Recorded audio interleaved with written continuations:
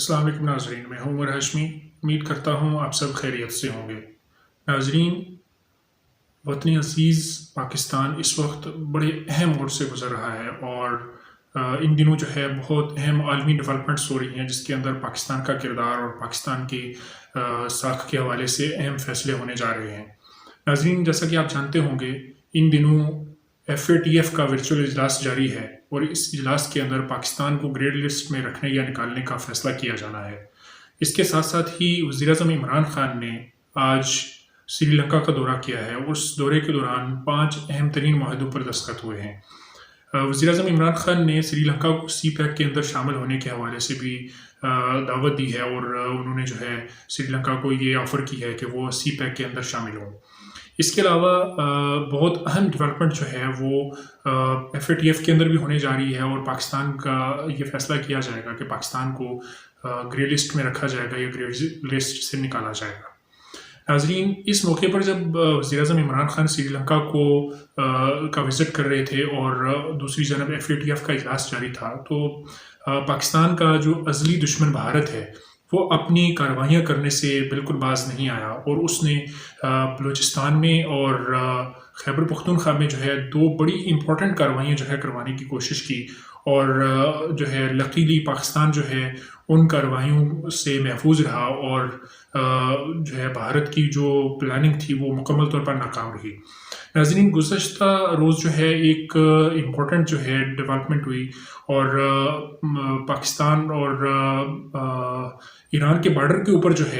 جو کہ ایک کافی عرصے سے جو ہے یہ سلسلہ چل رہا ہے کہ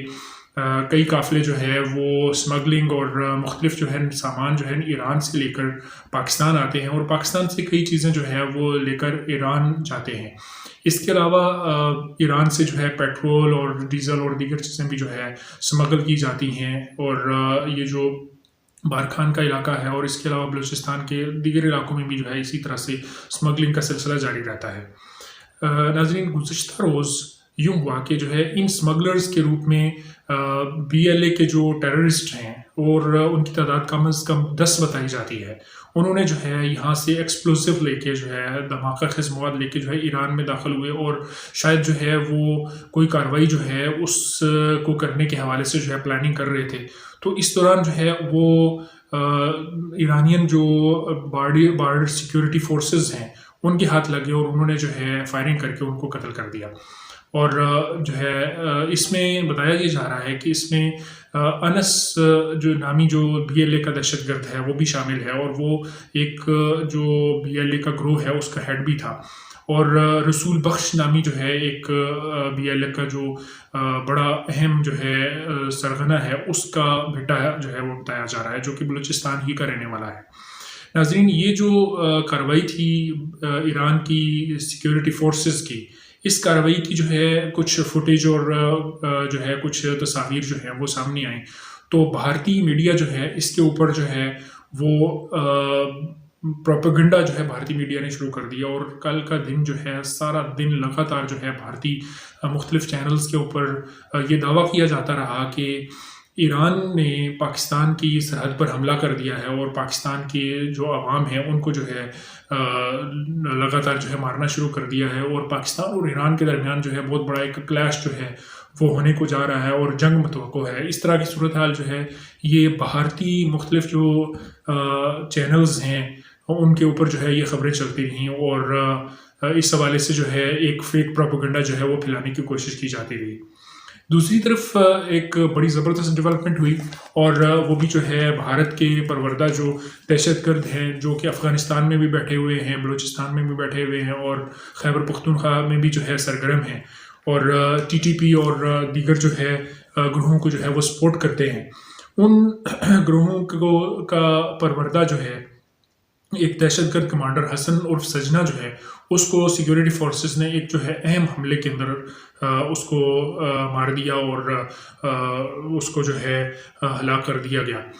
ناظرین، 2 روز قبل جو ہے ایک واقعہ پیش آیا تھا جس کے اندر 4 خواتین سمیت 5 لوگوں کو جو کہ بتائی جاتی تھی کہ کسی NGO کی جو ہے وہ خواتین ہیں اور ان کو جو ہے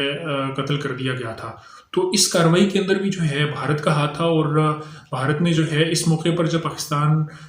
کا کیس جو ہے FATF میں جو ہے وہ جاری ہے، اور FATF کے اس اجلاس کے اندر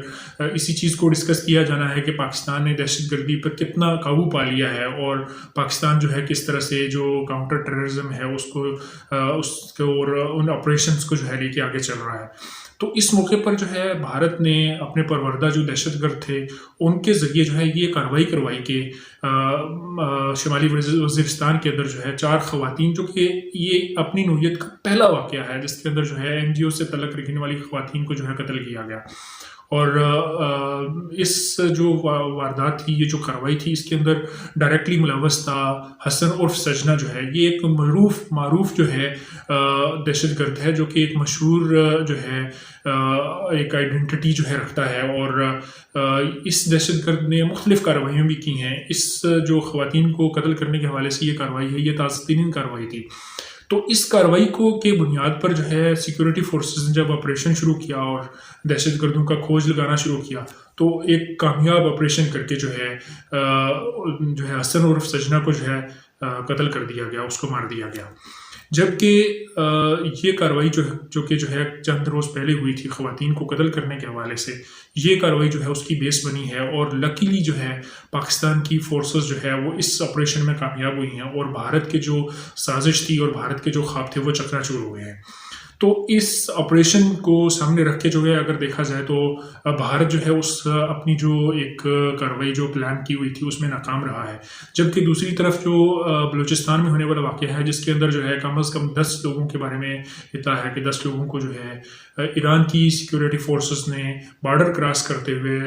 اس وقت جو ہے ہلاک کر دیا ہے جب ان کے پاس کچھ ایکسپلوسیو بھی تھے، اور اس کی فوٹیج اور ویڈیوز بھی جو ہے وہ سامنے آئے ہیں۔ تو ناظرین،